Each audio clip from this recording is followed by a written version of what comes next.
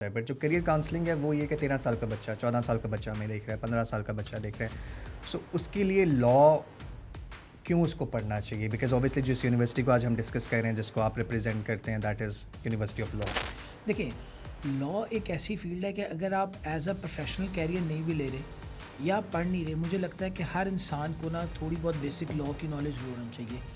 And I think expansion बहुत ज़्यादा होगी ना। अब ज़रूरी नहीं कि आप लिटिगेशन ही है या क्रिमिनल ही आप देख रहे हैं या आप जो है आप प्रॉपर्टी लॉ ही देख रहे हैं, because I think there are so many new fields coming up as well, जिसने लॉ को बहुत एक्साइटिंग बना दिया है। I think it's very important और आई बिलीव कि स्पेशली अगर हम बात करें इस पर्टिकुलर कोर्स की जो LLM मीडिया जर्नलिज्म पे यूलो ने निकाला है, मुझे लगता है जो एशियन बच्चों को देखते हुए और सोशल मीडिया के लोगों को देखते हुए निकाला है।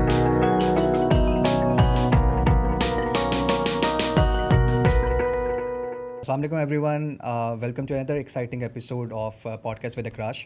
So आज जो हमारे गेस्ट हैं, he is a very well known face, very well renowned representative of a very famous university, University of Law, Farhan Asim. He is the senior business development manager.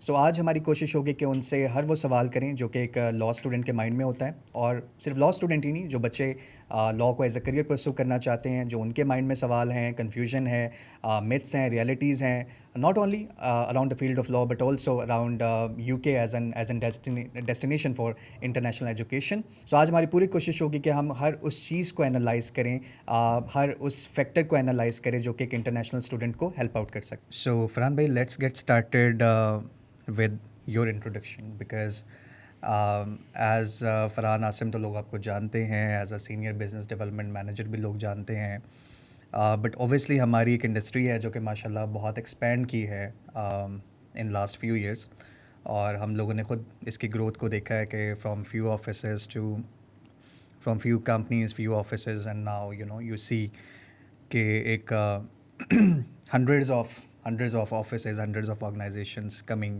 every year. सो जो लोग हैं, जो नए counsellors हैं, जो youth है जो आपको देख रही है, वो जानना चाहते हैं फरहान आसिम की story. Like how easy was it for you to land this position, और आप आज जहाँ पर हैं एक वेल इस्टेब्लिश पोजिशन पे, वहाँ पर आना आपके लिए कितना आसान था? सो लाइक फरहान आसिम की स्टोरी क्या है? Story, it's mix of different experiences. Totally I was working in a very unrelated field. अगर आप इसको मैं अगर डेस्टिनी के हिसाब से देखूँ तो शायद जो मेरा पहला प्रोफेशनल काम था ना, वो यही था, which was like 17-18 years back. Randomly sitting with a family member, I planned to open up a consultancy firm. एकदम से कंपनी खोली, एक दो स्टूडेंट्स गए भी, बट वो समहाउ उस काम का ना चाम पता नहीं था, ना सच को प्लानिंग थी, तो we just started and we just wind up. वो आज भी कहीं कंपनी नेट पे एग्जिस्ट करती है, मुझे कभी कभार को मेरा नंबर उस पर है जो मुझे नहीं पता किस जगह पे क्वेरी आ जाती है. आफ्टर दैट मैं आई इवॉल्व माई सेल्फ, मुझे इवेंट मैनेजमेंट का इस तरह का शौक था. So I set up my event management company, 4-5 साल वो किया, it went very well. Then due to some reasons मुझे उसको छोड़ के I switched to banking sector. So I worked for different multinational banks and approximately 10 years I worked in banking sector. फिर एक sudden mind में shift आया, because इस banking के साथ साथ मैं I am one of the USAID trainers. मैं USAID के लिए कुछ पर्सनैलिटी ग्रूमिंग की ट्रेनिंग कर रहा था, काउंसलिंग करता था, तो ये कहीं बैक ऑफ द माइंड में काउंसलिंग से चीज़ों से इन टच ज़रूर था. But down the line banking में एक टाइम आया व्हेन आई थिंक कि नहीं, मुझे ड्यू टू रिलीजियस रीजन मुझे बैंकिंग नहीं करनी. So I was just looking to leave it. रोज़ मैं सोचता था कि मैं छोड़ दूँ. Suddenly an opportunity arise from this industry. मुझे किसी ने बार बार किसी के लिए कहा कि हमें एक बंदा चाहिए HR के लिए और बिजनेस डेवलपमेंट के लिए. तो I know that agent is a very renowned agent. उन्होंने कहा कि जब मेरे को बंदा ढूंढते, मैंने 2-4 दफ़ा देखा, देन मुझे को उस तरह का बंदा किसी को रेफ़र करना था, नहीं समझ आया. I didn't refer anybody.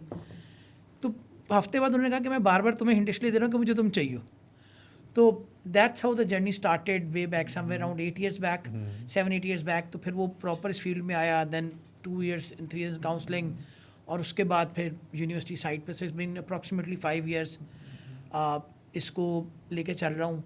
अगर आप देखें प्लान ज़िंदगी में एज सच कुछ भी नहीं था, बट इट्स ऑल के अल्लाह की जो मर्ज़ी है. सो बनना मैं क्रिकेटर चाहता था, मुझे लगता था मैं क्रिकेट खेलता ही बहुत अच्छा था. खेलते भी हैं, अभी भी खेलते हैं, तो हम उसको भी थोड़ा सा टच तो करेंगे. वो जेन में सिर्फ वही चीज़ थी. मगर सम हाउ आप टाइम के साथ साथ इन्वॉल्व हुए. I always enjoying counselling, guiding people. तो दिस इज़ समथिंग जब मैंने शुरू भी इसमें आया भी दोबारा तो मैं I can relate myself from the heart.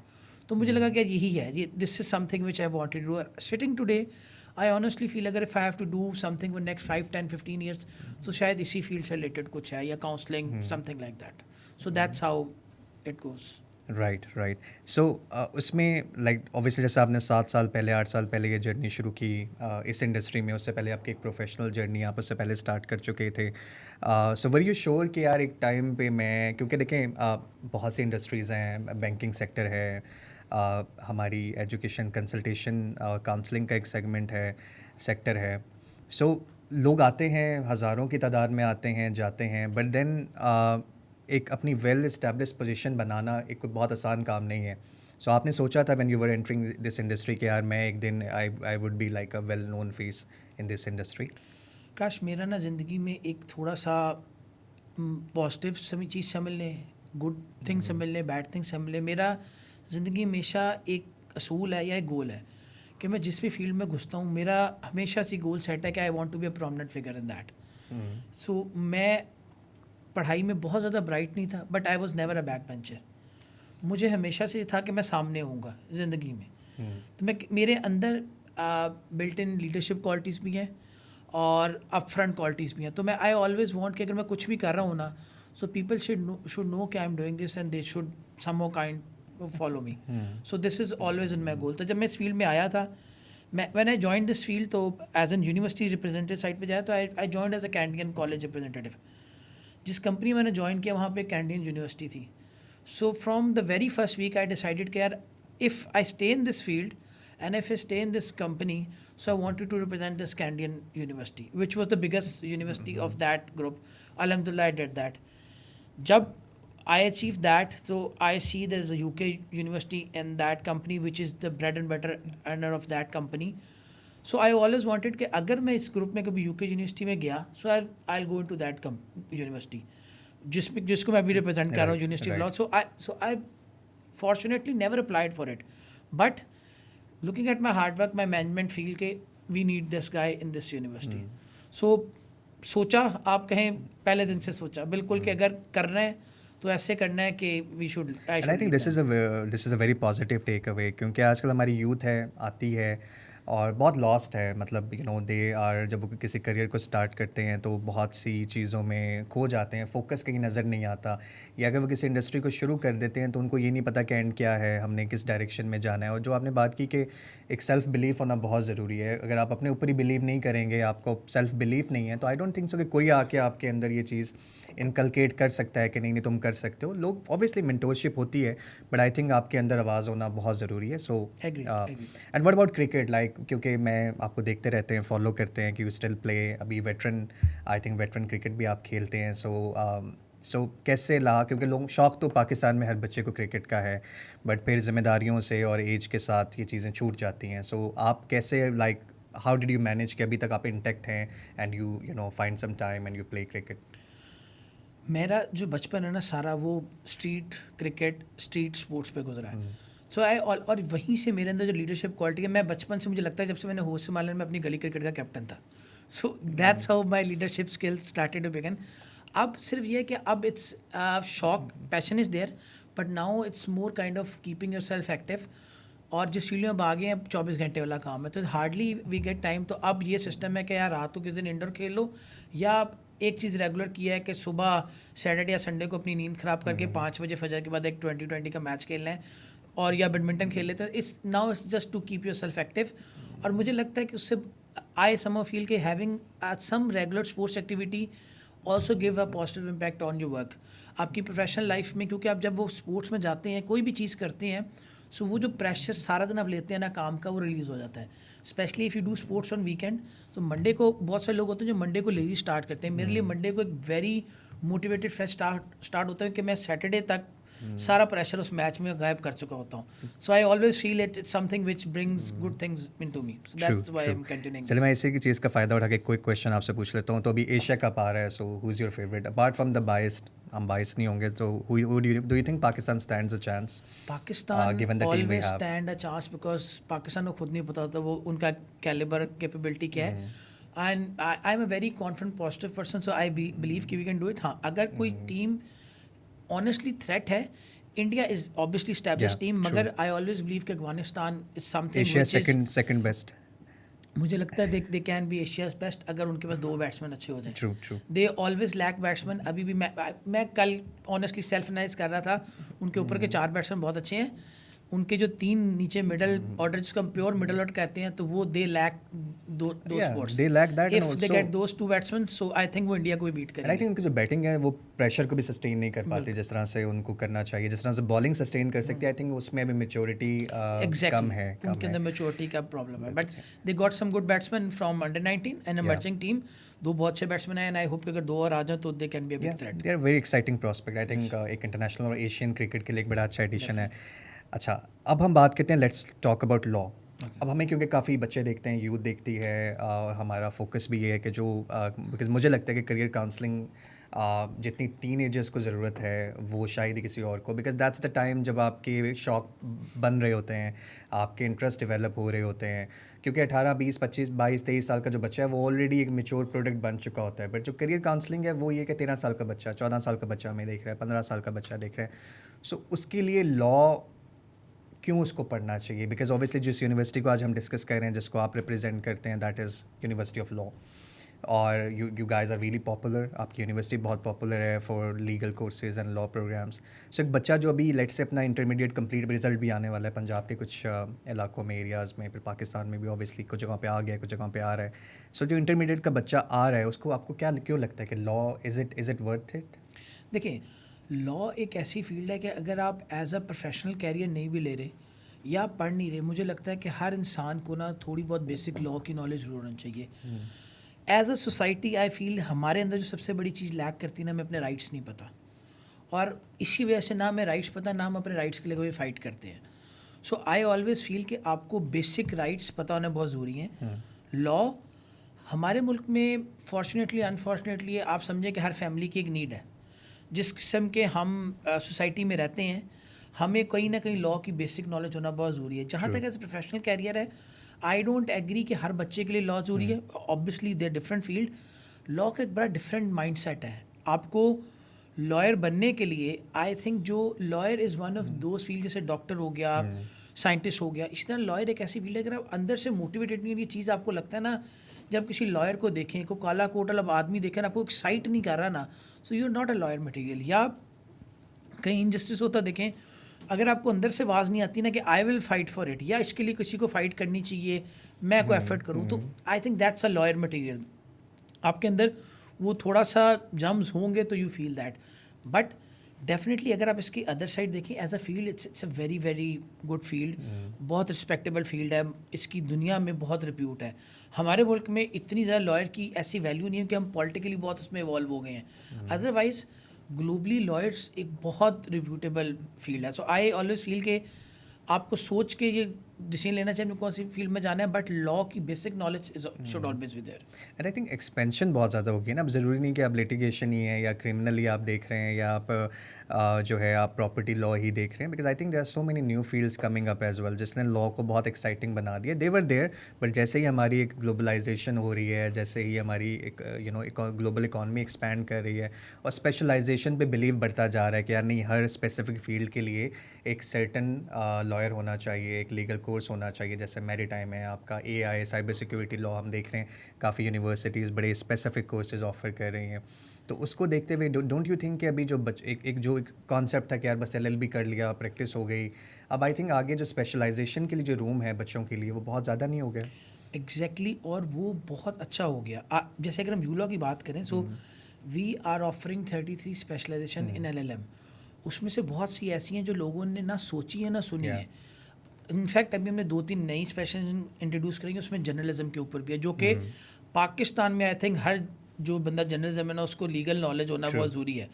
अपने राइट्स के लिए, अपने लिए फ़ाइट करने के लिए भी, और लोगों के लिए भी वो चीज़ उसको उजागर करने के लिए. आई बिलीव कि ये जितनी फील्ड्स हैं ग्लोबली, तो लॉ इट्स समथिंग जो आप अच्छी companies, multinational companies, they can't even imagine sustaining without a legal team. And Pakistan में भी आप देखें ना कि अभी जो एक नया एक स्कैंडल पाकिस्तान में चल रहा है एक मैं तो ये कहूँगा कि एक तूफान बरपा हुआ है जो कि हमारे डिजिटल, क्योंकि media is a very fast field. Media is not only जो न्यूज़ चैनल चला रहे हैं या आपका जो है सेटेलाइट मीडिया है, योर डिजिटल मीडिया जो आपका है, जो टिकटॉक पे बच्चे बैठे हुए हैं, जो बच्चे यूट्यूब पे बैठे हुए हैं, and they have like millions and millions of followers.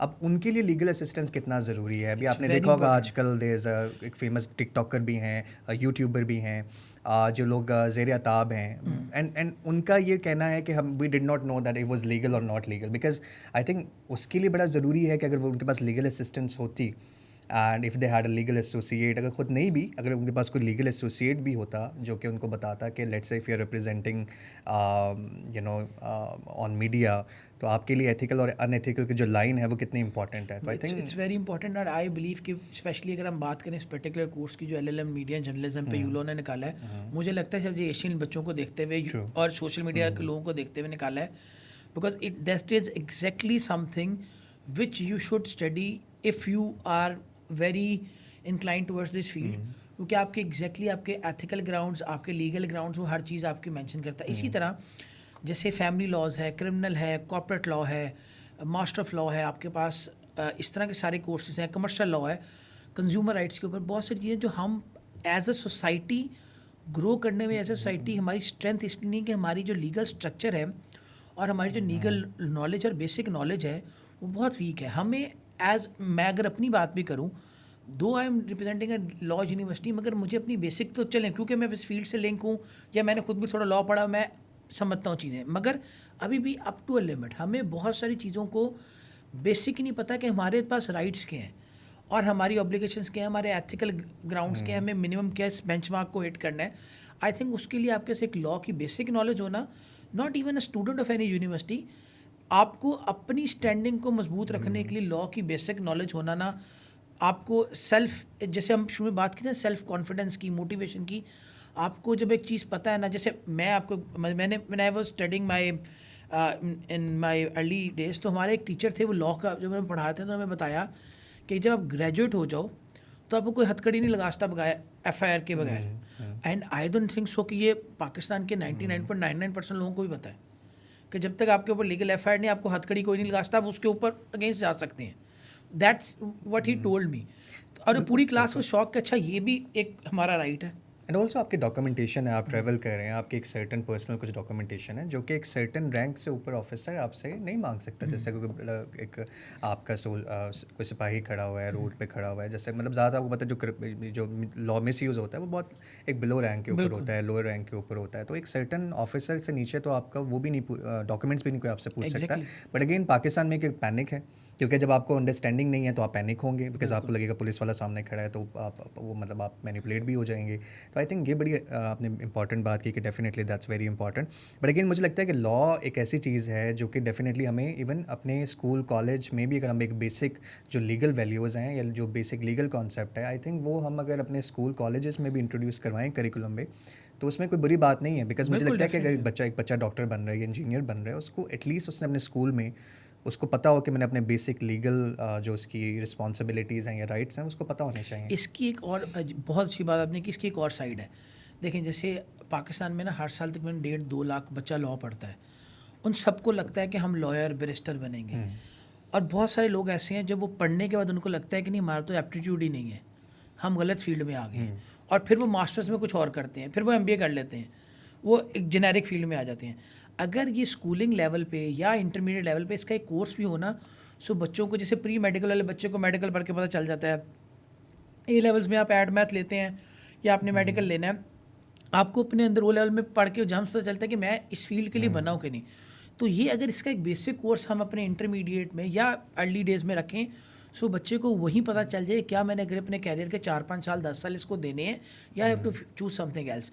So I think this can be very good thing अगर हम इसको अपने बेसिक करिकुलम में ऐड कर जी, लें। पर देखिए अगर चूज़ वो नहीं भी करता, बट एटलीस्ट मुझे लगता है जैसे हमने बात की कि अपना एक लीगल एप्टीट्यूड नहीं भी उसका बनता, बट स्टिल उसको पता होगा कि अच्छा यार ये लॉ है, ये डेफिनेटली मेरे राइट्स हैं, ये अगर लेट्स से कल को मुझे किसी भी फील्ड में, क्योंकि लॉ एक ऐसी चीज़ है जो कि एक हॉस्पिटल से लेके एक स्कूल कॉलेज यूनिवर्सिटी हमारी कंसल्टेंसी इंडस्ट्री, हर इंडस्ट्री में आई थिंक आपको you need lawyers, you need legal knowledge.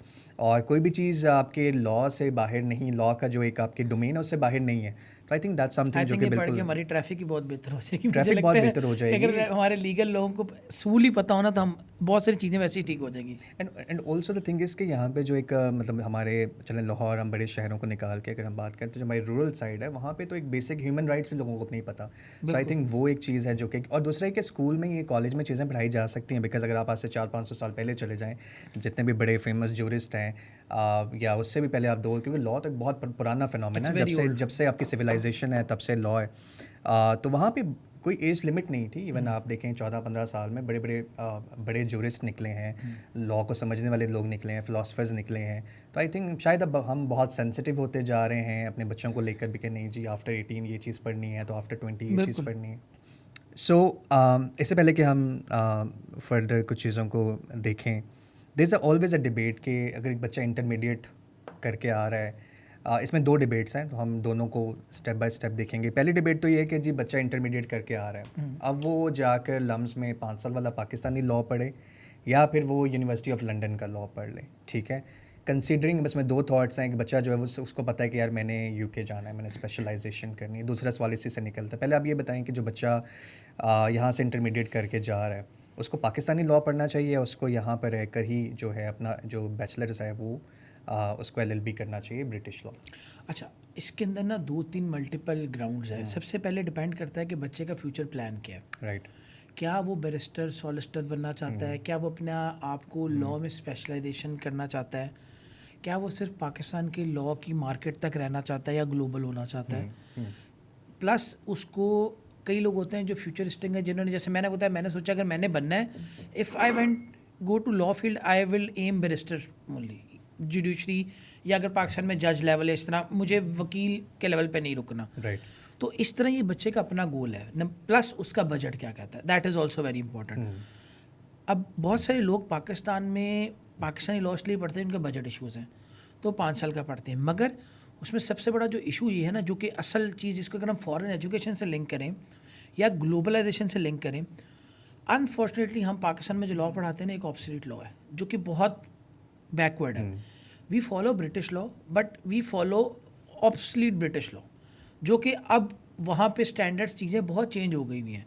सो पाकिस्तान में बच्चा जब पाकिस्तान से 5 साल का LLB करता है, अगर उसके बाद वो कहता है मैंने बाहर बैरिस्टर बनने जाना है, तो वो लीगली एलिजिबल ही नहीं है।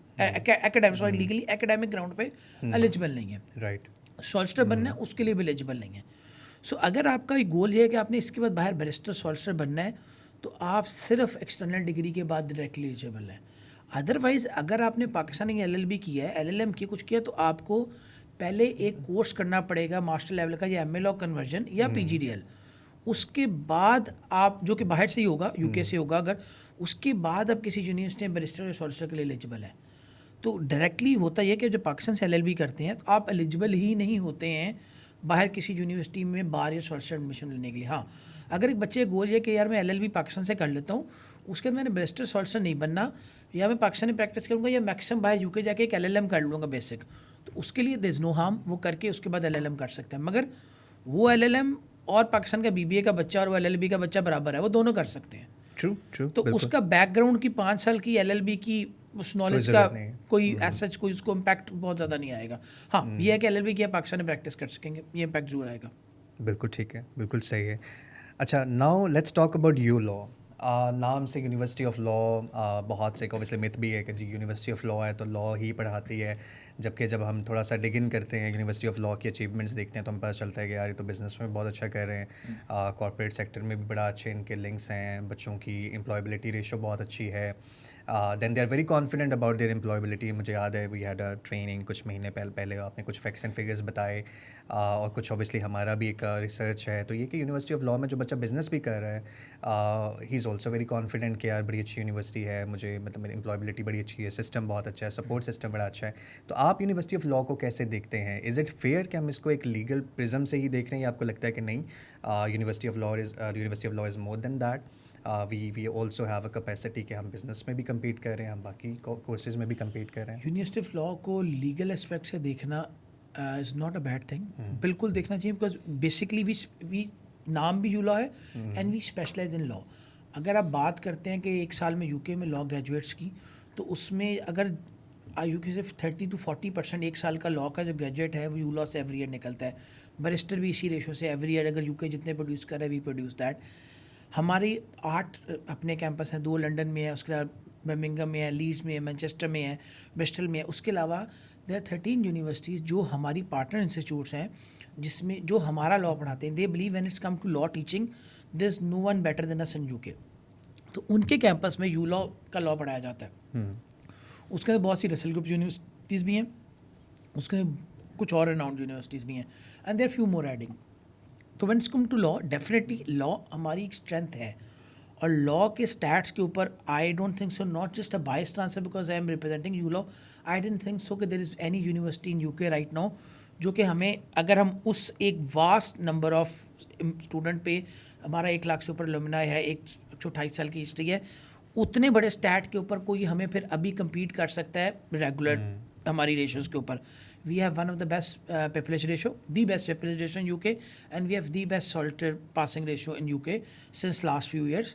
सो कंपैरेटिवली जब आप किसी भी यूनिवर्सिटी से कंपेयर करते हैं, सो पिपलेज में क्योंकि कुछ स्टैट्स पढ़ रहा था तो वो अप टू 93-92% तक जाते हैं, जहाँ के बाकी कुछ आपके जो कंपैटिटर यूनिवर्सिटीज़ हैं जब वो स्ट्रगल कर रहे हैं, बच्चों का सबसे बड़ा कंसर्न ये होता है कि यार मैंने बार करना है, बीटीसी के लिए जाना है, बार ट्रेनिंग के लिए जाना है, बट पिपलेज नहीं मिलेगी. मैंने मतलब काफ़ी ऐसे लोग हैं, आप भी जानते हैं, आई एम श्योर मैं भी जानता हूँ, वो आप बार ट्रेनिंग करते हैं और जो कि पाकिस्तान में भी कुछ इंस्टीट्यूशंस हैं जो करवा रहे हैं, आप यहाँ से बैठ के भी कर सकते हैं, बट वो करते हैं. बट असल मकसद तो ऑब्वियसली यूके जाने का ये है कि आपको प्रिविलेज मिले, आपको एनवायरनमेंट मिले. वैसे पाकिस्तान से भी आप कर सकते हैं, बट ये कि वो करके आ जाएंगे and they will carry the tag यार वी आर बैरिस्टर, जो कि ऑब्वियसली इट्स नॉट ट्रू.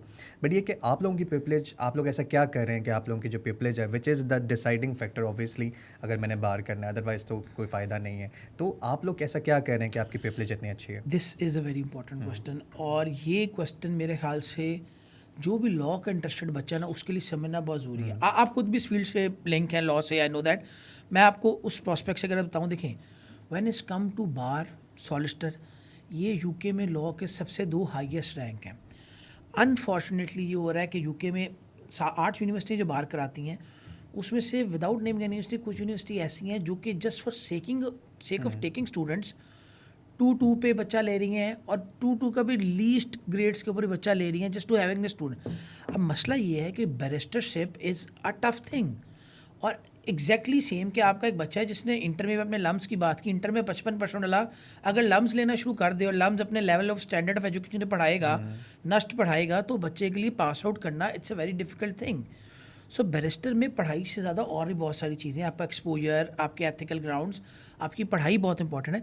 अब जब कुछ यूनिवर्सिटीज़ उस ग्रेड्स के ऊपर बच्चे को लेती हैं ना, तो वो डाउन द लाइन जैसे जैसे आगे जाता है ना, तो वो बच्चा फेल कर देता है. अगर आप यूलॉ की बात करते हैं, we do not accept student with 2-2 in BPC. हमारा एक वाहिद कोर्स है जिस पे हम 2-1 लेते हैं, और हम IELTS 7.5 और नथिंग बिलो 7 लेते हैं, बिकॉज वी नो कि आपको बार के अंदर communication skill, English skills are very very important.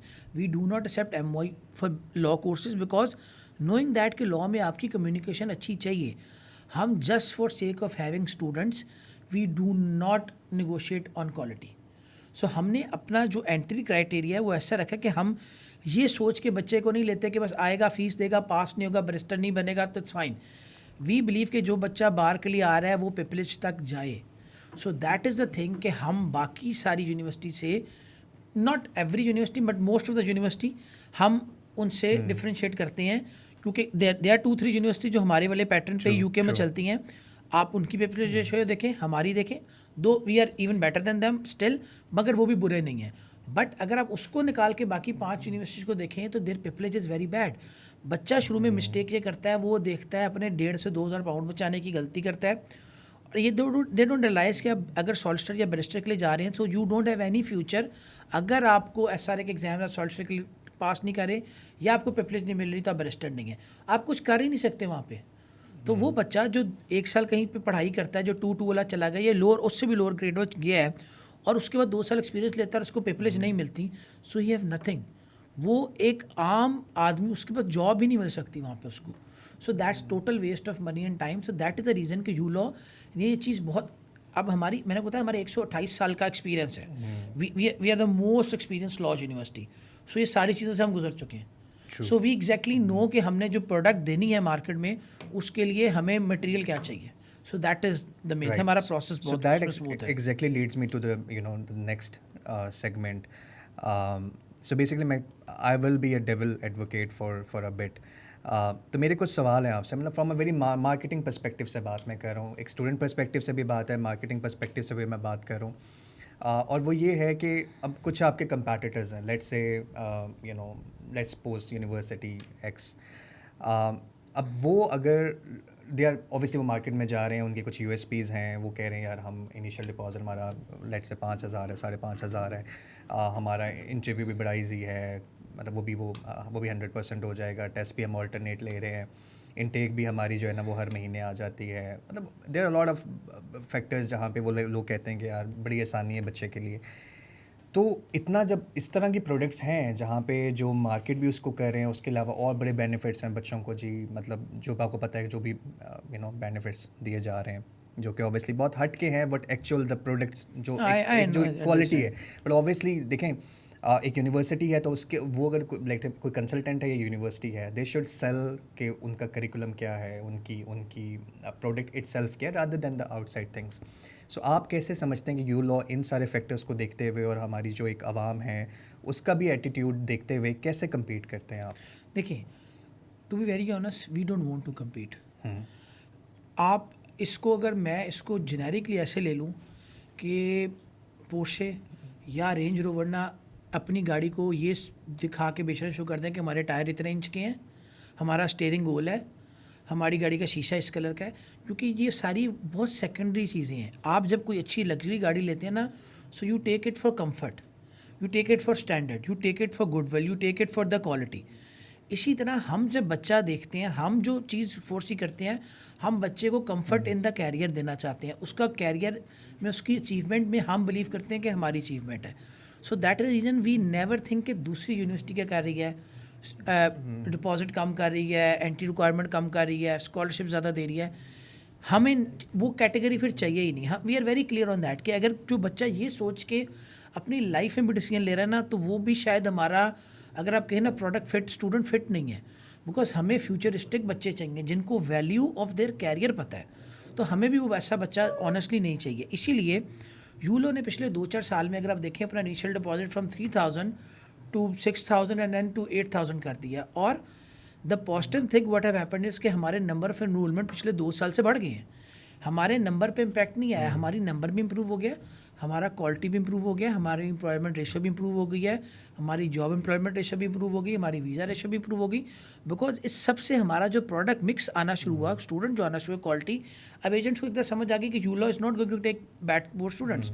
सो वो ओवरऑल इम्पैक्ट सब चीज़ों में बेहतर हो गया. यूके की नज़र में हम एक ग्रीन लेबल यूनिवर्सिटी हैं जिसमें risk of asylum, risk of no show students, risk of failure is very less. So ये सारी चीज़ें ऑनेस्टली माइंडली मैटर नहीं कर रही. हम अपने बच्चों का कैरियर देख रहे हैं. हम ये नहीं देख रहे कि अगर एक बच्चे ने फलां रीजन कैसे वो यूनिवर्सिटी चूज़ की है तो हम अपना लेवल लो कर दें. And we are very clear कि हम अगले 10, 15, 20 साल, 50 साल में भी अपने एंटी रिक्वायरमेंट बार की कम नहीं करेंगे. Because we want a certain category. So that's the basic reason. Right. Okay, so let's move forward.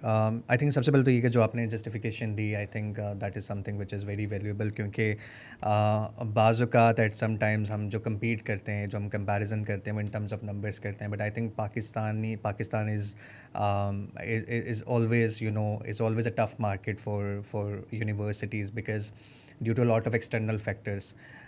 तो उसमें आई थिंक नंबर्स, ये भी एक सवाल है जो आई थिंक कंसल्टेंट जितने भी कंसल्टेंट्स हैं, कंसल्टेंट एजेंसीज़ हैं, उनको भी अपने आप से भी करना है और यूनिवर्सिटीज़ को भी करना है कि क्या सिर्फ नंबर ही एक पैरामीटर है. भाई नंबर भी हम पीछे नहीं हैं. मैं आपको इसमें जस्टिफिकेशन दूँ ना. देखें, अगर मैंने बताया एक यूनिवर्सिटी की पासिंग रेशो एंड में पेपलेज या सॉल्स्टर की, अगर आप ये देखेंगे ना कि उनके 3,000 बच्चों में से एंड में बैरिस्टर उनके भी उतने ही बन रहे हैं जितना हमारे 500 में से बन रहे हैं. सो इन द एंड में बैरिस्टर, तो वही मैं वो बता रहा हूँ, we produce more barrister than them. Because हमारा बच्चे की पासिंग रेशो ज़्यादा है, जो कि स्टूडेंट शुरू में रियलाइज़ नहीं करता और बाद में जाके दे रियलाइज़ कि यार आ तो हम गए हैं मगर ये हमसे होना ही नहीं है. So in the end quality of number and quantity of number दोनों पे फ़र्क नहीं पड़ता. नहीं बिल्कुल, and again I think parameters वही बात है कि सिर्फ क्वांटिटी पे बात क्यों हो रही है, बात ये कि अगेन वही है कि हम कितने सक्सेसफुल बैरिस्टर्स प्रोड्यूस कर रहे हैं, हम कितने सक्सेसफुल सॉलिसिटर्स प्रोड्यूस कर रहे हैं। इसके अलावा हमारा जो ओबियसली आपका एक एलुमनाई नेटवर्क है, it's one of the biggest networks as far as I know, तो वो कितना बड़ा है। And I think a lot of factors that contribute, क्योंकि वही बात है कि अब थोड़ा सा जो हमारा पिछले 15-20 साल में एक ट्रेंड रहा है पाकिस्तानी इसका कि यार हमने चले जाना है, सेटल डाउन हो जाना है, हमने किसी टैक्सी चला लेनी है, ये कर लेना है। ऑब्वियस सर्वाइवल जॉब्स थी, वो एक हमारी एक जनरेशन ने की, और हम, आपको भी पता है कि हम अपने नेबरिंग कंट्रीज से पीछे रह गए हैं। मैं भी बाहर रहा हूँ obviously, I have experience my self के वाइट कॉलर जॉब्स में हम इंडिया से, चाइना से, इवन नेपाल, बांग्लादेश से भी मैं कहूँगा मुझे एट सम टाइम्स लगता है शायद हम पीछे रह गए। सो आई थिंक वो भी एक हमारा एक मिशन होना चाहिए कि हम उसकी एक बहुत बड़ी रीज़न ये है, जैसे हम शुरू में जो डिस्कस करते हैं ना, हमारे जो गोल्स है ना, हमारे गोल्स बहुत छोटे हैं। हमारा बच्चे का बाहर, यहाँ 90% बच्चे का बाहर जाने का मकसद ये होता है कि बस बाहर चला जाऊँ। बहुत सारे लोग जो फ्यूचरिस्टिक स्टूडेंट होता है उसका माइंडसेट कभी ये नहीं होता। उसका माइंडसेट ये होता है कि मैं जहाँ भी रहूँगा मैं ग्रो करूँ, और अगर मैं बाहर जा रहा हूँ तो मैं कुछ बनने के लिए जाऊँ रादर देन दैट कि सिर्फ 4 पैसे कमाने के लिए जाऊँ। सो दैट इज़ द इशू। मेरा इसमें गिला ना कुछ पेरेंट्स के साथ भी, क्योंकि अक्सर जब बच्चा आता है काउंसलिंग के साथ पेरेंट्स भी आते हैं, तो उनका वो, मुझे लगता है एट टाइम्स बच्चे को उसका माइंड बनाने में पेरेंट्स का बड़ा रोल है। क्योंकि जिन बच्चों को मैंने देखा है जिन्होंने अपनी डिग्रीज़ कंप्लीट की हैं, जो बड़े फ्यूचरिस्टिक हैं या फिर वो बहुत करियर ओरिएंटेड हैं, उनके माँ बाप का बड़ा मेजर रोल होता है। डेफिनेटली वो कहते हैं बेटा कुछ नहीं चाहिए हमें, वी डोंट नीड एनीथिंग, हमें बस हमारा प्राइड ये है कि तुम डिग्री कर लो, तुम सेटल डाउन हो जाओ। तो आई थिंक वो एक माइंडसेट भी बड़ा ज़रूरी है। ऑन दी अदर हैंड, अगर माँ बाप की तरफ से ये माइंडसेट है कि यार आप हमारे बच्चे को ऐसी जगह बस भेज दें कि बस ये पैसे कमा ले, कुछ हमें पाउंड जाना शुरू हो जाए, बेशक अगले 5 साल 10 साल में उसका करियर जो है ना वो ख़त्म हो जाए, और बाय आफ्टर 35-40 वो कह रहे हो यार मैं तो सर्वाइवल जॉब से मुझे आती हैं और तो मेरे पास कोई टेक्निकल चीज़ नहीं है। तो आई थिंक पेरेंटिंग, एक तो काउंसलिंग हम लोग कर रहे हैं, वो एक हद तक हम कर सकते हैं। ऑब्वियसली बच्चा आता है, हमारी एक 1 आवर की स्लॉट है, 2 आवर की स्लॉट है, हम कर लेंगे। बट जो माँ बाप का उसके साथ एक जो बॉन्ड, आई थिंक पेरेंटिंग भी बड़ी इंपॉर्टेंट है। दैट इज़ वेरी, क्योंकि बच्चा आपकी काउंसलिंग पे कभी स्टैंड नहीं करेगा। आप उसको घंटे के लिए काउंसल करेंगे, घर जाके अगर पेरेंट्स दोबारा वही बात करेंगे यार, अगर बच्चे को जो एक बैगेज के साथ भेजेंगे ना, विद बैगेज ऑफ रिस्पॉन्सिबिलिटी, तो बच्चे ने अगर ग्रो करना भी होगा ना, तो वो हर वक्त यही सोचेगा यार मैंने तो अगले महीने पैसे घर भेजने हैं। So rather than applying for jobs for in good company, अच्छा मुझे भी मैकडॉनल्ड में जॉब मिल रही है तो मैं ये करता हूँ, अगले महीने ढूंढूंगा, उससे अगले महीने ढूंढूंगा। सो वो अपना उस बैगेज से अपना फ्यूचर कैरियर खुद किल कर देता है। फरहान, मुझे इसमें एक बात ये भी नहीं समझ आती ना कि पाकिस्तान में एक बच्चा है, हम उसको यहाँ पे भी अगर पढ़ाएंगे, लेट्स से यूजी के लिए आप एक बच्चा भेज रहे हैं, पीजी में बच्चा इतनी ठीक है, वो 9 मंथ्स 1 ईयर का है, बच्चा उसमें मैनेज कर लेता है। बट यूजी के लिए जो बच्चा जा रहा है, हमें ज़्यादातर कंप्लाइंस रिलेटेड इश्यूज़ उधर ही आते हैं कि बच्चा डिग्री नहीं कंप्लीट कर रहा, बच्चा जो है वो आगे स्किप हो रहा है या असाइलम ले रहा है। तो उसमें ये कि मेरा हमेशा ये एक पेरेंट्स के साथ ये डिस्कशन होती है कि आप पाकिस्तान में था बच्चा होगा, आप तब भी उस पर स्पेंड कर रहे थे, अगर वो पाकिस्तान में पढ़ता है, कल को आप उसकी शादी करते हैं पाकिस्तान में, हमारे पंजाब में आपको पता है कितनी लेविश शादियाँ होती हैं, बेशक बहुत एक मिडिल क्लास फैमिली है, वो भी 40-50 लाख रुपए आराम से शादी पे लगा देती है, चाहे वो बेटे की बेटी की। अगर उसी को आप ये समझ लें कि यार कि हम बच्चे को अगर वही पैसा जो हम उसकी एजुकेशन या लेविश शादियों पे लगा रहे हैं, अगर वही हम बच्चे को, उसको एक डिग्री अगर उसको मिल जाए यूजी की वो जाके, क्योंकि it's not about a degree, it's also about the experience. क्योंकि जो बच्चा 18 साल की उम्र में जाके डिग्री करके जो उसको एक्सपोजर मिलता है, वो मास्टर्स वाले बच्चे को, क्योंकि उसकी आदतें बहुत पक्की हो चुकी होती हैं। सो क्या ये भी एक चीज़ नहीं जो पेरेंट्स को सोचना चाहिए? बिल्कुल, उसमें एक, जैसे हम अभी बात कर रहे हैं ना, पेरेंटिंग की बात है, बैगेज की बात है, प्लस फ्यूचर बच्चे ने सोचा क्या हुआ है, और प्लस एक सबसे बड़ा इशू अंडरग्रेड के अंदर बच्चों का ना, नो शो का, भागने का, ये होता है कि वो एक माइंडसेट अपना तो लेके जाते नहीं हैं। हाँ, ओ लेवल ए लेवल बच्चा कंपैरेटिवली बेहतर होता है, मगर स्पेशली जो इंटर वाला बच्चा होता है ना, उसको 99% बच्चे को पता ही नहीं होता कि वो क्या पढ़ने जा रहा है और क्यों जा रहा है। और घर वालों ने कह दिया ये पढ़ लो, वो उसके लिए चला जाता है। वहाँ जाके थोड़ा सा उसको लगता है कि यार this is not my cup of T, मैं कर नहीं सकता, या मेरे से हो नहीं रहा, या वो कोई और 4 चीज़ों में इन्वॉल्व, क्योंकि वहाँ जाके उसका माइंड खुलना शुरू होता है। सो वो यहाँ से गया होता है एक पैक माइंड के साथ कि ये कर लो, वहाँ जाके जब वो दुनिया देखता है तो वो फिर उसमें घूम जाता है। फिर वो अब उसको 4 चीज़ें शायरियाँ समझ आती हैं कि मैं ये भी कर सकता हूँ, मुझे ये करना चाहिए था, मैं ऐसे ज़ाइलम ले लेता हूँ, मैं ये कर लेता हूँ। बच्चों को समझ नहीं आता, स्पेशली एक जाइलम आजकल इतना बड़ा पेन पॉइंट है। स्टूडेंट को लगता है मैं बाहर जाकर जाइलम ले लूँगा, मेरी जॉब तो, मेरी ज़िंदगी तो बन गई। भाई नेशनलिटी आपको मिल गई, मगर यू डोंट अंडरस्टैंड कि आप अपने मुल्क को वापस नहीं आ सकते कभी वापस नहीं आ खुशी में। सकते, और हमने कितनी एग्जांपल्स देखी प्लस कि आपको इमिग्रेशन नहीं मिलती, प्लस वहाँ पे आपको वो बेनिफिट्स जो है नेशनल है वो सारे बेनिफिट नहीं मिलते। सो डाउन द लाइन आप अजाइलम लेने के बाद, क्योंकि आप अजाइलम लेता है, बच्चे को लगता है मुझे वर्क तो अलाउ हो गया है, वो पढ़ाई छोड़ देता है। सो 4 साल बाद उसको रियलाइज़ होता है कि डिग्री तो मैंने की नहीं थी, अब क्या जॉब मिली है, क्लैरिकल जॉब, तो अब उसका फ्यूचर ही नहीं है। सो वो चीज़ें बच्चों को बड़ी देर से रियलाइज़ होती हैं, जो कि बहुत बड़ी हिट करती हैं। अच्छा, इस सारी चीज़ से ना यूनिवर्सिटी लॉ का एक बहुत बड़ा प्रॉस्पेक्ट लिंक है। जैसे हम शुरू में बात करते हैं कि लॉ, अच्छा you law is not just about law, हमारे पास बिजनेस भी है, हमारे पास साइकोलॉजी भी है, क्रिमिनोलॉजी भी है, पॉलिसी मेकिंग भी है हमारे पास, उसके अलावा बिजनेस में कंप्यूटर साइंस भी है। यू लॉ में अगर आप, जैसे शुरू में आपने बात की कि लॉ के लिए आते हैं, लॉ इज़ ऑब्वियसली देयर, मगर मैं आपको एक ऐसा स्टैट बताता हूँ जो best of my knowledge, to the best of my knowledge, वो दुनिया की कोई यूनिवर्सिटी में नहीं है। आप हमारे पास एमएससी के किसी भी प्रोग्राम में आए या सॉलिसिटर के प्रोग्राम में आए, एमबीए है, एमएससी स्ट्रेटेजिक बिजनेस मैनेजमेंट है, प्रोजेक्ट मैनेजमेंट है, आर्टिफिशियल इंटेलिजेंस है, लीडरशिप है, आप किसी भी कोर्स के लिए आएँ, once you complete your degree, if you do not secure your job, a white collar job जो कि प्रॉपर, जिसको हम जॉब कहते हैं, in 9 months of completing your degree you can refund, get your fees refunded, जो कि दुनिया में कोई और यूनिवर्सिटी ऑफर नहीं करती है। All the MSc programmes, all the MSc and solicitor as well. अब इसका मतलब क्या है कि यूनिवर्सिटी ऑफ लॉ अपने ना सिर्फ लॉ बल्कि अपने बिजनेस के कोर्सेज पे भी इस कदर बिलीव रखती है, they believe in their curriculum education system, कि दे नो के बच्चे को जॉब मिलेगी। और यही हमारे सबसे बड़े बच्चों पेरेंट्स का पेन पॉइंट होता है, बच्चे को जॉब मिलेगी नहीं। अब वो पेरेंट्स तो मैकडोनल्ड तक की या केएफसी की जॉब तक भी खुश हैं, हम बात कर रहे हैं ऑफिस जॉब की। लेकिन but this is very surprising start for me, क्योंकि और बड़ा ये दावा जो आपका है ये बहुत सरप्राइजिंग है, because even Russell group universities ये दावा नहीं करती हैं और ना ही ऐसी कोई No one पॉलिसी does है। सो एक यूनिवर्सिटी ऑफ लॉ एक ऑब्वियसली एक प्राइवेट यूनिवर्सिटी है, बट प्राइवेट यूनिवर्सिटी होकर भी they are so confident on their and we standing. Give this guarantee in return. हमारी वेबसाइट पे एम्प्लॉयमेंट प्रॉमिस के नाम से ये है, you go on the website, आपको सबसे पहले स्क्रीन पे नज़र आएगा।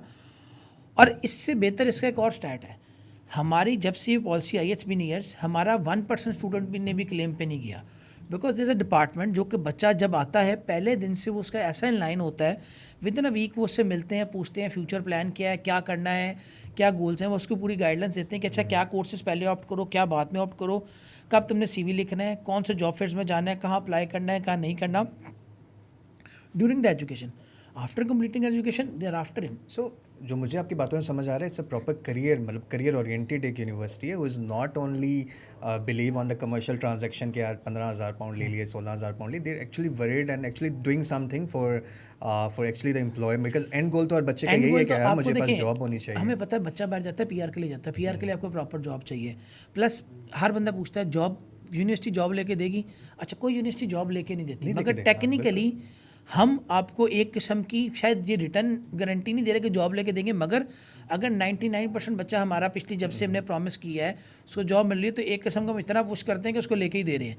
और अगर नहीं लेके दे रहे तो भाई आपको आपने डिग्री भी ले ली, आप वहाँ रह भी गए, आपने नौकरी भी की, 4 पैसे कमा भी लिए और अपनी फीस भी वापस ले ली। एंड दिस देखें, जो the time line is very fascinating, क्योंकि 9 months के अंदर आप कह रहे हैं कि अगर बच्चा नहीं सिक्योर करता, तो जब भी एक डिबेट भी चल रही है कि यार जो PSW है वो शॉर्टन हो जाएगा, 1.5 साल का हो जाएगा, तो मतलब अगर उसमें भी देखें अगर वो 1.5 साल का हो जाता है या 1 साल का भी in the worst case scenario हो जाता है, स्टिल आई थिंक अगर किसी बच्चे के पास लॉ की डिग्री है तो still he is and this is something amazing जो कि बच्चों को देखें। आप जब हमेशा, it's not about law, I always believe अगर आप यूनिवर्सिटी चूज़ कर रहे हैं ना, उसमें 2-4 चीज़ें ज़रूर देखें कि उसका एजुकेशन सिस्टम कैसा है, उसकी रैंकिंग रेटिंग कैसी है, प्लस जिस स्कूल में आप जा रहे हैं, बिजनेस स्कूल है, कंप्यूटर साइंस स्कूल है, वो उसकी वैल्यू क्या है, उसका जॉब प्रोस्पेक्ट क्या है, आप जो डिग्री पढ़े हैं उसकी जॉब मार्केट आपके मुल्क में वहाँ क्या है, प्लस उसका एम्प्लॉयबिलिटी रेशो क्या है। क्योंकि इन द एंड आपने वहाँ पे अपने आपकी जॉब सिक्योर करनी है, अपना कैरियर सिक्योर करना है। अगर आप कोई ऐसी यूनिवर्सिटी से पढ़ रहे हैं या किसी अच्छी यूनिवर्सिटी से भी ऐसी डिग्री पढ़ रहे हैं जिसकी जॉब रेशो अच्छी नहीं है, सो अपने पैसे ज़ाया कर रहे हैं और अपने कैरियर के साथ खेल रहे हैं। जैसे अब यू लॉ के अंदर LLM में 33 स्पेशलाइजेशन है, मगर हम पाकिस्तान से बच्चों को पहले बताते हैं कि ये 10-12 स्पेशलाइजेशन है, इसमें जाना, क्योंकि इसकी मार्केट वहाँ भी बहुत ज़्यादा है, ग्लोबली बहुत ज़्यादा है, और अगर खुदा ना खासा पाकिस्तान वापस आना पड़े तो पाकिस्तान में मार्केट बहुत ज़्यादा है। हम बच्चों को भी एडवाइस ही नहीं करते कि आप ऐसे और LLM के लिए जाओ जो अगर खुदा ना खास्ता कल को आपको वापस आना पड़ जाए तो पाकिस्तान में उसकी जॉब वैल्यू ही नहीं है. सो इट्स समथिंग जो कि एज अ काउंसलर आप लोग भी और हम लोग भी गाइड करते हैं, और बच्चे को अपनी वर्किंग भी बहुत ज़रूरी है इसके ऊपर करना.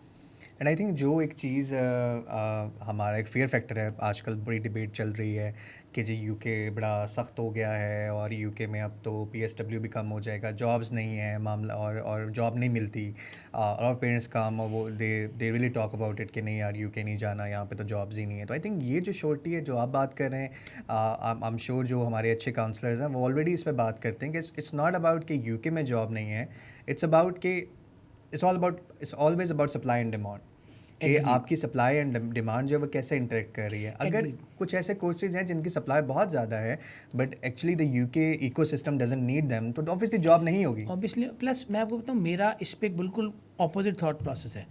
आई बिलीव कि यूके में क्लिनजिंग शुरू हो गई है और यूके टफ हो रहा है, मगर यूके क्लीन हो रहा है. और यूके का प्रॉस्पेक्ट मुझे लगता है जो बच्चे अब जाएंगे उनके लिए बहुत अच्छा हो जाएगा, क्योंकि अगर आप देखें रिसेंटली उन्होंने जो इलीगल इमिग्रेंट्स हैं 2-2.5 लाख, उनको उन्होंने गुड बाय नोटिस भेज दिए हैं, आइदर मैसेज या ईमेल के थ्रू कम्युनिकेट कर रहे हैं. जब वो लोग निकलेंगे, वो जितने इलीगल इमिग्रेंट्स हैं ना, वो वर्किंग कर रहे हैं, वो जॉब कर रहे हैं. सो जो नया स्टूडेंट आएगा, एक तो क्वालिटी वो उन्होंने बेहतर कर रहे हैं. यूके में जितनी क्वालिटी ला रहा है, थोड़ी क्लिनजिंग कंप्लाइंस ला रहा है, क्वालिटी ऑफ स्टूडेंट इंप्रूव हो गया है. जब अच्छा बच्चा जाएगा उसकी जॉब प्रॉस्पेक्ट भी बेहतर है. प्लस जब वो खला आएगी, जब वो इलीगल इमिग्रेंट्स निकलेंगे तो वो जॉब मार्केट भी खाली होगी. वो स्पेस कौन लेगा? वो स्पेस लेगा स्टूडेंट जो PSW पे चला जाएगा या जो पढ़ने जाएगा. उनको छोटी ऑड जॉब्स भी और प्रॉपर जॉब्स भी, क्योंकि वी ऑल नो इन गोरा culture they don't believe working on weekends. वो तो शाम को 5 बजते हैं, लैपटॉप बंद एंड देयर होम. हमारे स्टूडेंट्स ज़्यादा जो स्मार्ट स्टूडेंट है वो अपने 20 आवर को यूज़ करता है वीकेंड पे, क्योंकि उस पर डबल पैसे मिलते हैं, ज़्यादा पैसे मिलते हैं. इसी तरह आप देखें जब ब्रेग्जिट हुआ था, ब्रेग्जिट में जब 4 महीने लोग निकले, सो एक सडन बूस्ट यूके को मिला था. जो फॉरेनर्स थे या स्टूडेंट्स थे उनको अच्छी जॉब्स मिलना शुरू, जो कि 6 साल रहा अभी तक. आप देखें अभी तक 2024-25 टेक्निकली तक रहा. मैं आपको बताऊँ, जब बच्चा कहता है ना जॉब्स नहीं है, आप कंपेयर करें हमारे मुल्क में कितनी जॉब है. क्या वो बच्चे ने कभी ये कहा है कि अच्छा मुझे यूके जॉब नहीं मिले, पाकिस्तान जा रहा हूँ, पाकिस्तान में नौकरी मिलेगी? सो अगर आप मेरा बड़ा मज़े का इसमें मेरी जब डिबेट होती है पेरेंट्स के साथ, तो मैं जो जो कहते हैं जी जॉब नहीं मिली या मिलेगी, तो मैं उन्हें कहता हूँ अगर आपके बच्चा जिसको जॉब नहीं मिल रही यूके में, मोस्टली बच्चों को मिलती है, मतलब we have send like hundreds and hundreds of students, मिलती है. जिसको नहीं मिल रही, क्या वो पाकिस्तान में आके उसको जॉब मिल सकती है ना? मैं आपको बात बताऊँ, मुझे 8 साल हो गए कंटिन्यूटी में अब इस फील्ड में. मेरा कभी भी एक स्टूडेंट वापस नहीं आया जिसने कहा मुझे जॉब नहीं मिली. ट्रू. अगर वो बच्चा उसमें, मैं ये ज़रूर है कि मैं हमेशा बच्चे को बड़े प्रॉपर माइंड सेट के भेजता हूँ कि यार ये शुरू में स्ट्रगल आएगी, उसको लेना है. क्योंकि आप ये देखें ना, या तो आप बात करें कि आप US के नेशनल हो, आपको पता है यूके नहीं मिल रही, तो मैं US जाकर तो नौकरी मिल ही जाएगी. आपने आना तो पाकिस्तान वापस है, तो यहाँ क्या मिल जाएगा? में ऑल्सो देखें एक कम्युनिस्ट वर्ल्ड तो है नहीं, इट्स कैपिटलिज्म. यहाँ पे देखें आपके पास स्किल है, you are offering some value, तो डेफिनेटली एम्प्लॉयर खुद आपके पास आएगा. मुझे अभी भी लगता है अच्छे एम्प्लॉय को हर जगह नौकरी मिलती है. और मुझे अभी भी लगता है कि यूके में बहुत स्पेस है लोगों के लिए who have the certain skill set. Because जब आपकी एम्प्लॉयर से बात होती है तो कहते हैं यार हम तो ढूंढ रहे हैं, वी वांट गुड पीपल, लोग अच्छे नहीं मिल रहे, कमिटमेंट नहीं है, काम उस तरह से नहीं हो रहा. तो आई थिंक ये चीज़ नहीं हो सकती. If you have all the ticks, अगर आपके पास वो सारा एक्सपीरियंस है, आपकी एथिकल साइड अच्छी है, तो डेफिनेटली आप. मैं आपको उसमें बच्चों के लिए ना, स्टूडेंट्स के लिए एक स्मॉल टिप दे देता हूँ कि how to get a good job. आप खुद भी एक एम्प्लॉयर है, आपके पास कभी भी कोई अच्छा एम्प्लॉय है, you never want to leave him. In fact कोई रिज़ाइन देता है, आप उसे 4 पैसे ज़्यादा भी ऑफर करते हैं. 100%. स्टूडेंट क्या मिस्टेक करते हैं? स्टूडेंट करता ये है कि उसको 20 आवर वीक में अलाउ होता है ना, वो ऑड जॉब्स करता है जहाँ से पैसा ज़्यादा आता है.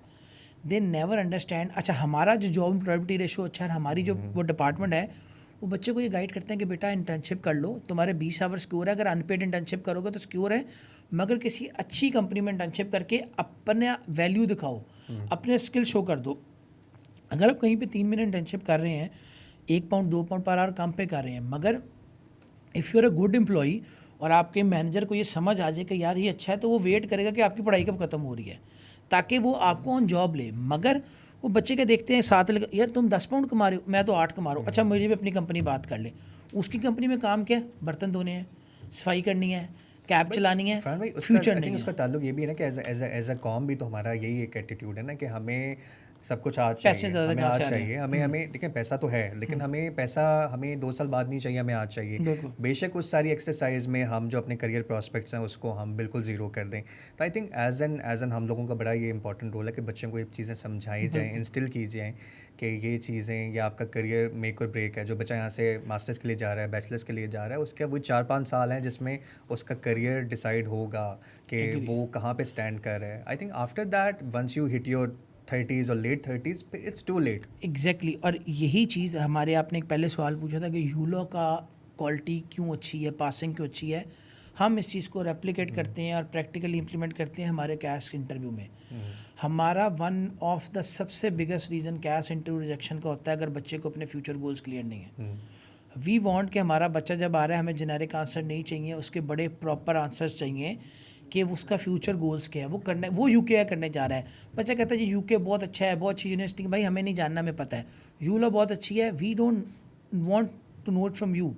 हमें पता है वो चीज़, वो हमारी वेबसाइट पे है, आपको क्या इम्पैक्ट देगी वो जानना है। आप क्या पढ़ने जा रहे हो, उसके मॉड्यूल्स आपके लिए क्या इम्पैक्ट देंगे वो जानना है। आपके फ्यूचर गोल्स क्या हैं, वहाँ रहते हुए पाकिस्तान आते हुए, we want to know that. I think personalised discussion, personalised answers बहुत ज़रूरी हैं बिकॉज इंटरव्यू आपके बारे में जानना चाहता बिल्कुल है। मैं तो यूनिवर्सिटी ऑफ लॉ को रिप्रेजेंट कर रहा हूँ, I'm the इंटरव्यूअर, मैं इंटरव्यू ऑफिसर हूँ या कंप्लाइंस ऑफिसर हूँ, या एम्बेसी में जो बंदा बैठा है वो उसे पता है कि यूके अच्छा है, जब भी बच्चा आने वाला है तो उसको तारीफ़ें नहीं हाँ, सुननी। वो तरीके उससे लिंक करना ज़रूरी है। बिल्कुल लिंक वो बच्चा नहीं करता, वो बच्चा उसको ब्रिज नहीं करता। बच्चा कहता है जी मैंने, वो मुझे चैट जीपीटी ने आंसर्स दे दिए हैं या मेरे काउंसलर्स ने मुझे 4-5 आंसर्स दे दिए, मैंने जाके 90% स्टूडेंट ने पाकिस्तान में नेस्ले कोक में आके काम करना है, जी।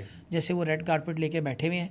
हर बच्चे के आंसर देता है पेप्सी, नेस्ले कोक में आऊँगा, मैं वहाँ मैनेजर लग और चौथी जाऊँगा। कंपनी नहीं याद, मतलब अगर वो एमएनसीज में भी याद दे नहीं डोंट है। Have any. भाई अगर आपने एमएनसीज भी देने ना, आई डोंट माइंड एमएनसीज दो, मगर एक प्लान दो कि मैं किस डिपार्टमेंट में जाना चाहता हूँ, मैं पाउंड में क्या अर्निंग लूँगा, मुझे क्या रेज मिलेगा, अगर वहाँ जॉब नहीं होगी मेरा बैकअप क्या है, किस डिपार्टमेंट में है, कितना अर्सा बैकअप है, काम करूँगा, दोबारा यहाँ ट्राई करूँगा, नहीं। So they should be concrete plan. तो वो बच्चे जब वो नहीं देते तो we have issues with that. और ये सेम चीज़ नॉट जस्ट पाकिस्तानी, एशियंस में बहुत सारी जगहों पर ये रेप्लिकेट होती है कि वो यहाँ से ही एक सोचे हुए फ्यूचर प्लान को लेके भी नहीं जाते। मेरा अपना भाई यूके गया वर्क परमिट के ऊपर, उसको एक कंपनी में काम करता, उसे किसी ने बुलाया, he was gold medallist from government college university. 2 महीने में उसको रियलाइज़ हो गया कि यार जो जिस किस्म की जॉब मुझे मैं चाह रहा हूँ ना, यहाँ नहीं मिल रही। After 2 months he call my mother and he said कि अम्मी मुझे अगर इस महीने जो मैं चाह रहा हूँ जॉब नहीं मिलेगी ना, सो आई विल कम बैक, मैं नहीं रुकूंगा। क्योंकि उसने पहले दिन से सोचा हुआ था कि मेरे पे एक जिम्मेदारी मैंने लेके चलना है घर को, और वो कॉन्फिडेंट था वो कि अगर यहाँ नहीं मिलेगी तो मैं कोई वापस मसला आ नहीं, जाऊंगा। Not and of the world ना। और वो लकीली उसको तीसरे महीने मिल गई जो बट अगर वो ना मिलती तो वाज वेरी श्योर कि I will be coming back. Farhan भाई बात ये है कि अगर आपका स्किल डेवलप है, आपने अच्छी डिग्री कर ली, अगर आपको लेके वर्स्ट केस सिनेरियो में यूके में जॉब नहीं भी मिलती तो that's not and of the world. बिल्कुल। आप पाकिस्तान आ सकते हो, आप यूएस जा सकते हो, कनाडा जा सकते हो, but the thing is skill. I think ये जो सबसे इंपॉर्टेंट चीज़ होनी चाहिए, स्किल डेवलपमेंट, वो बच्चे की आखिरी प्रायोरिटी है। वो स्किल पे तो बात ही नहीं करना चाहता ना, वो कहता है डिग्री कर ली है मैंने, जॉब मुझे मिल जाएगी। But I think that's something जो कि एक पर्सनलाइज चीज़ है। स्किल आपकी अपनी एफर्ट बहुत ज़रूरी है for the skill that is, development. देखें हमारा ना एक बड़ा अनफॉर्चुनेट चीज़, will try to wrap this up. हमारे बच्चे को लगता है कि अगर मैं किसी काउंसलर के पास आ गया हूँ ना, या किसी यूनिवर्सिटी रेप से मिले तो सारी जिम्मेदारी उसकी है। 99% जिम्मेदारी बच्चे की है, कैरियर आपका है। आई ऑलवेज बिलीव कि मैं आपको जो मर्जी चीज़ बता दूँ, आपकी अपनी होमवर्क होना बहुत ज़रूरी है और आपको अपना उसके ऊपर वर्किंग ज़रूरी है। अगर आपके पास एक बच्चा आ रहा है ना, और आप अगर मैं स्टूडेंट हूँ, मैं आपके सामने कहा ना फरहान भाई ये 2 यूनिवर्सिटी में से सोच लो, मैं as myself I will go back, I will search on both of them, और मैं देखूँ क्या मुझे भी ये उतना अट्रैक्ट कर रहा है जितना आप मुझे अट्रैक्टिव बना के चीज़ बेच रहे हैं। सो इट्स समथिंग कि बच्चे को खुद भी उस पर सर्च करना बड़ा ज़रूरी है कि इन दैट कैरियर आपका है। उसने आपसे काउंसलिंग करा ली, प्रोसेस करा ली, उसने सारी ज़िंदगी आपको महीना नहीं भेजना। सो ही नीड टू अंडरस्टैंड कि अगर कैरियर नहीं बनेगा तो उसका नहीं बनेगा। सो दैट्स समथिंग जो कि बहुत लैक करता है। और कुछ कंट्रीज़ हमसे इसलिए आगे बहुत हैं कि वो पहले दिन से सोच लेते हैं कि हम ग्रो करेंगे एज अ नेशन, वो चीज़ एप्लीकेट करती है यूथ में। ये चीज़ अगेन जो आपने कहा था पेरेंट्स को बच्चों की ग्रूमिंग में बड़ी ज़रूरी है। मेरा एक बेटा है 13 साल का, माशाल्लाह, मैं उसे कहता हूँ जो करना है, जो तुम्हारी, उसने भी O levels है, उसने अपने कोर्सेज सारे खुद चूज़ किया है। मैं एजुकेशन फील्ड में हूँ, मेरे 0% से है कि तुमने क्या करना है, उसने कहा मैंने ये रखना है, मैंने कहा रख लो, But then your life. it says a lot about our parenting and as in society कि हम independent minds बना रहे हैं, independent minds बना रहे हैं. मुझे ये लगता है कि सबसे बड़ा हमारा failure as a com as an our education system ये है कि हम एक बच्चा जो 18 साल का हो जाता है वो डिपेंडेंट ही है, बिल्कुल 25 साल का हो जाता है डिपेंडेंट ही है. तो I think independent minds that should be the goal, और वो हमारा एजुकेशन सिस्टम फेल हुआ है. बिल्कुल। हम बच्चे को मेंटली तौर पे वो हमारी डिपेंडेंट यूनिवर्सिटी ही में कोई है. ग्रूमिंग सेटअप नहीं है। मैं यूएसएड की जब ट्रेनिंग देता था वो यही था कि यूएसएड फ्री ट्रेनिंग कराता था उन लोगों के लिए जो इंटर में 95% से ऊपर बच्चे मार्क्स लाते थे। मैं अमेज था कि उन बच्चों को ऑन पेपर्स के लिए इतने अच्छे 90-95 से मार्क्स, मैं अगर उनसे नाम पूछूं अपना नाम कॉन्फिडेंट नहीं बता सकते थे। तो जब वो बोलते थे उनके अंदर ज़ीरो कॉन्फिडेंस था, जब वो पेपर पे आते थे जब ब्रिलियंट, मगर उनकी ग्रूमिंग ही कोई नहीं होती थी। सो एज अ नेशन हमें लगता है, मुझे लगता है हम सबकी रिस्पॉन्सिबिलिटी है कि हमें भी बच्चे को भी ग्रूम करना है, अपने बच्चों को भी। सबसे बड़ा डिजास्टर जो कि हम लैंग्वेजेस वाली बात है, मैं उसको बिल्कुल, because we are at the end of the podcast. एक बच्चा जो देखिए 15 साल 14 साल 15 साल एजुकेशन लेके आ रहा है, इंग्लिश में लेके आ रहा है, और वो कहता है यार मुझे बताएं MOA, मुझे बताएं कोई और टेस्ट, PT नहीं करना, IELTS नहीं करना. तो बात है, मेरा हमेशा काउंटर क्वेश्चन होता है कि यार आपने जो अपनी एजुकेशन है वो आपने उर्दू में हासिल की है?